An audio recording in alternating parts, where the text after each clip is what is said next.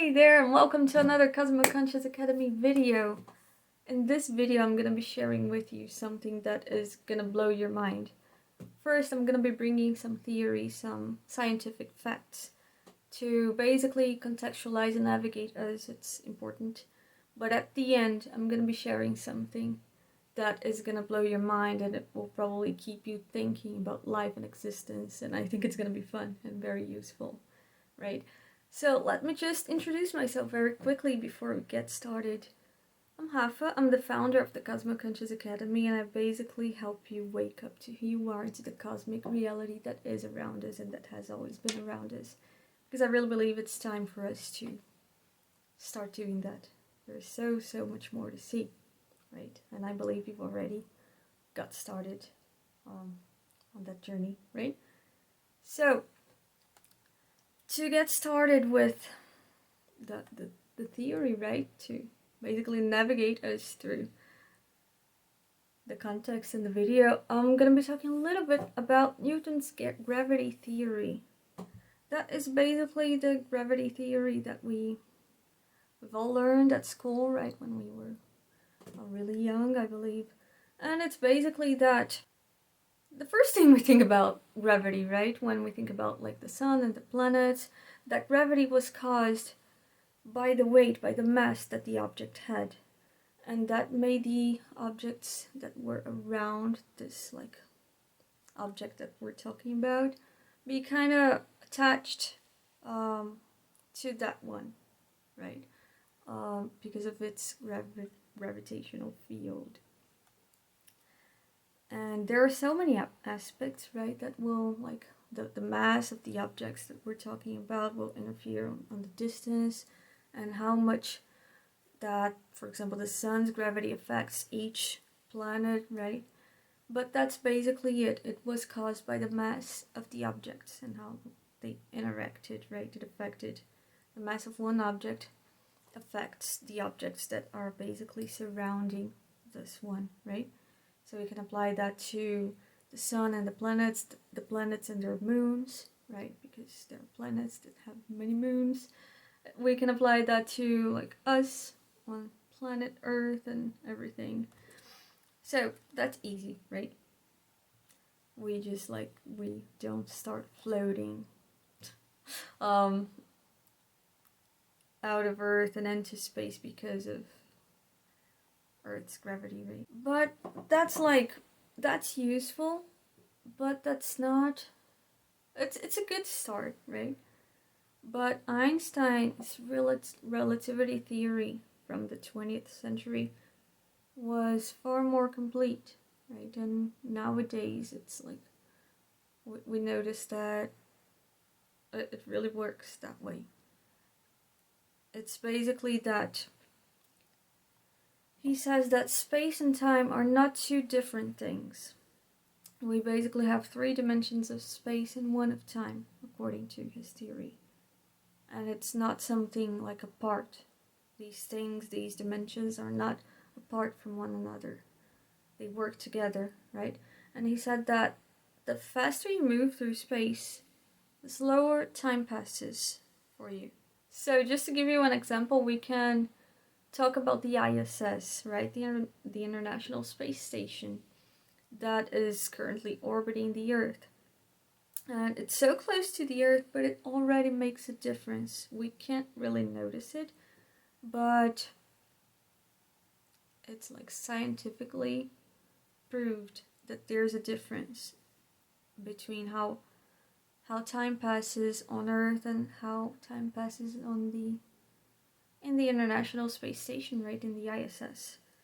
And a good example for that is about the twins, right? There's an astronaut, I think he's the guy that spent most time up there, and he has a twin brother that kept living here on Earth, right? I think the astronaut spent about a year there, and he's technically younger a little bit. It doesn't make any difference for us, but technically he's a little younger than his twin brother because of the time he spent up there.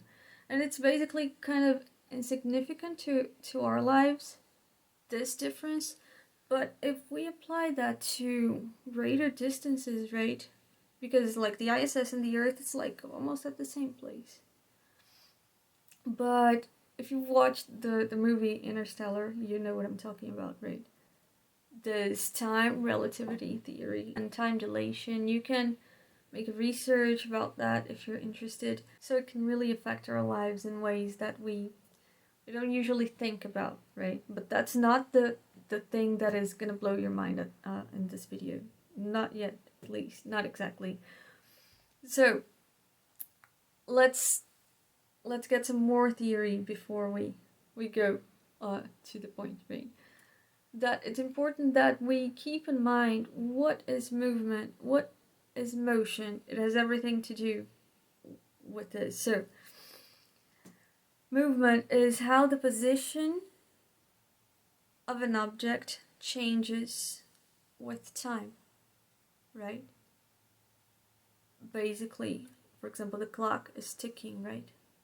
So the position of the object is changing with time. So if there's a change in the position of the object, it means that time is passing, right? If there is motion, there's time involved. So let's keep that in mind. It's obvious, but we don't often think about it, right? So, and to understand movement, motion is to understand the acceleration, right? The velocity of an object. And if you want to determine, if you want to predict motion, right, there's an equation, right, of the second law of Newton's second law, that is basically mass time velocity. So let's keep in mind that wherever there's motion, there's like necessarily time involved. One thing is like attached to the other. And now let's review what gravity is. To speak like more technically, gravity is the effect that matter causes on matter on another object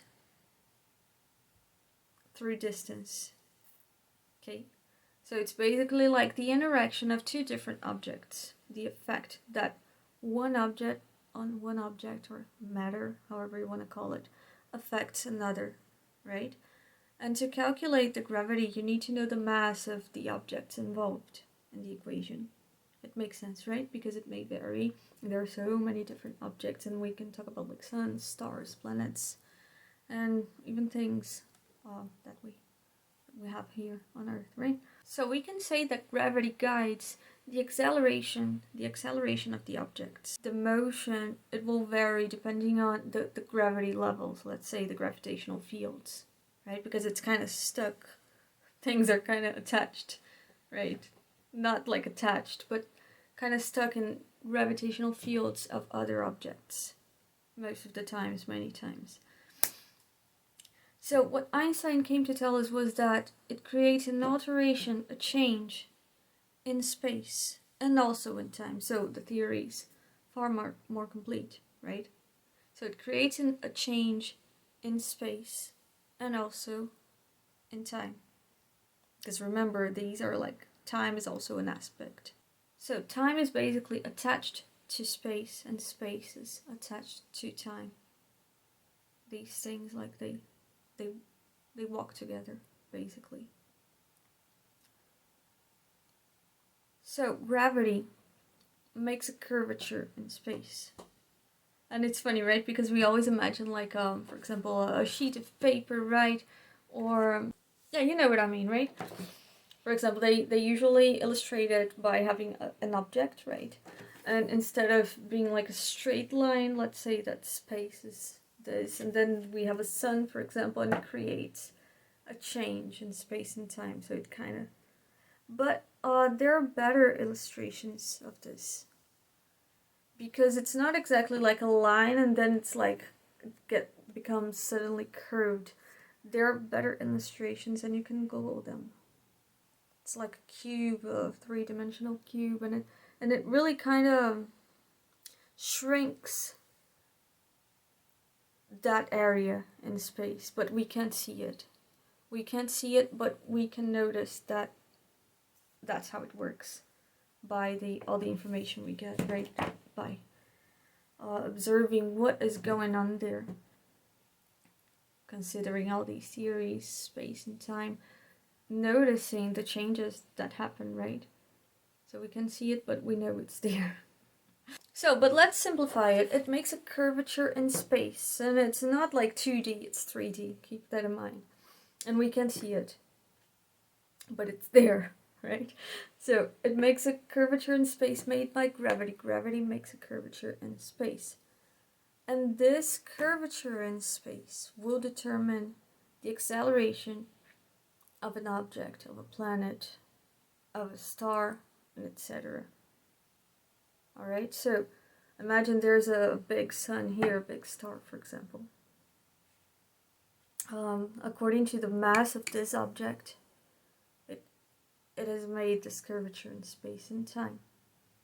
And remember that like it really makes a gravitational field. So it will affect what is around it, basically. And the level will vary, right, depending on the mass, the distance of the other objects as well. But it's interesting to keep in mind that we don't usually think about it, right, that these things are happening, but they are. We usually think about our solar systems. We don't even think about like that there are other planets orbiting other stars. We know there are, right? But it's not something that we think about very often. So keep in mind that if there's a sun here and there are some planets orbiting here, and there's a random object going on its journey through space, we always imagine that it's gonna, like it kind of wants to go in a straight line. But whenever it finds a gravitational field, the acceleration of this object will change. And consequently, time will pass differently while this object is close to this gravitational field or enter this gravitational field. It doesn't matter. It matters, right? But it could be at any level, right? At any kind of distance. But keep in mind that this object is like going through its journey, right? And whenever it finds a gravitational field, how time passes for this object is going to change. Okay? So let's just keep in mind that how time passes can vary, and it varies. Right? It's important to keep that in mind. So it's basically that matter defines how space is going to curve. Okay? Because of its mass, and it really affects space and time. And the curvature in space, right, that was made by the object, defines how matter is going to move. It doesn't matter what kind of object we're talking about. There could be many objects involved, right? But the curvature in space defines how matter is going to move. Alright? For example, it affected this one. It can affect the planets that are orbiting here. So it's all about like interaction and how each object affects space and time. So if you want to know more about how space and time works, I highly recommend that you read A Brief History of Time by Stephen Hawking. It really explains that, and it explains a bunch of other stuff, but I noticed that he explained it in a way that it is relatively easy to understand. You don't have to know much to read the book, and you get so much out of it. So all these things are pretty well explained in his book, and if you want to read it, the link is in the description down below. One of the most important things that I wanted to bring to you in this video was that, and it is not the mind-blowing thing yet, okay? We're almost there. But is that I noticed that a lot of people, they live their lives and they take time for granted, it's like it's something that they know how it works. But we're just facing it from a perspective that it's definitely not everything. So it's good to keep in mind that time is really relative, right? And it can vary according to the circumstances that we talk about. So I think we should start facing time more as part of the equation, more as an information, as data, because it's like, I think time is part of the address of an event in the cosmos, basically, right? Because if we face reality as like many, sorry about the bar game. So if we face reality as like every second, or even less than that, as a different frame in history, in existence, right? And each event, each thing that happens, let's face it as an event in history, in the cosmos. Time is just part of the equation, right? And it's relative. And it's not passing in the same way everywhere. Okay?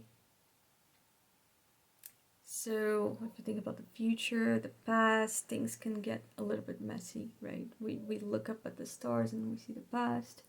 And if somebody's living on another planet, it's the time changes are going to be like the difference.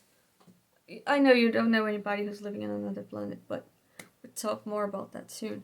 But if there's something occurring on another planet, that time is passing differently than time is passing for you right now. So let's keep that in mind. It's good. It opens up our minds. So let's get into the big thing. If you're watching my channel, I don't know how you found this video, but you've noticed that I talk about multidimensionality. I believe that reality is multidimensional, right? That life goes on. So I believe in like life after death, life before being born, and different dimensions and all that. And I also believe that it's possible. It is possible for us to have lived lives on other planets, and I really believe that most of us have lived some experiences on other planets, even if it's on a different vibration, on a different dimension, because it's also possible, right? But let's imagine that if you agree with me that it is possible that you might have lived a life on another planet, on another galaxy. There's life everywhere, right? We're not the only ones. In my opinion, that's definitely, it can't be true. So, and the truth will come out soon, I believe. It's coming out, right? Especially through astral projections, a lot of people are having experiences. And the abduction cases, I don't want to talk much about that, but you got it. Let's imagine that you have lived a life on another planet, just one, okay? And yeah, it could have been much more, and maybe in the future you're going somewhere as well. Who knows? So, do you agree with me that both timelines won't really match? There are so many options. You could have, like, I could have lived, you could have lived, somebody else could have lived life, and there are so many different contexts that could have happened. And as time passes differently, the timelines won't match. And what I really believe that happens is that, because we just see people talking about, oh, there was a past life and all that, and everything seems to be so linear. I don't believe that. I really believe that each human being and each being, as we can, because we spend our time in this dimension when we're incarnated. Who said that when we are living our experiences on, for example, the astral realm, time passes in the same way? I believe it doesn't. So, do you notice that there will always be even like slight changes, subtle differences in how time passes? And there are so many different beings, and I'm just talking about us humans right now. So I really believe that each and every human being and each and every being has a personal and unique timeline, and that our perception of time through our existence is not really linear, right? And from a cosmic perspective, I also believe that it's all happening at the same time, and time is just like part of the equation of an event or of many different events. So think about it. You probably have a very specific timeline for your consciousness. So I really hope this video has opened up your mind, has presented to you a different perspective, has added up some information, and yeah, it's good to bring some new paradigms, new ways of seeing things. And if you enjoyed the video, if you liked it, leave a thumbs up. And if you haven't subscribed to my channel yet, please do. I will be very happy to have you here. And if you think this content is interesting and you know somebody that will enjoy it too, please share it with that person. It really helps the channel grow, you know. I'm glad you've made it up to here, and I'll see you next time.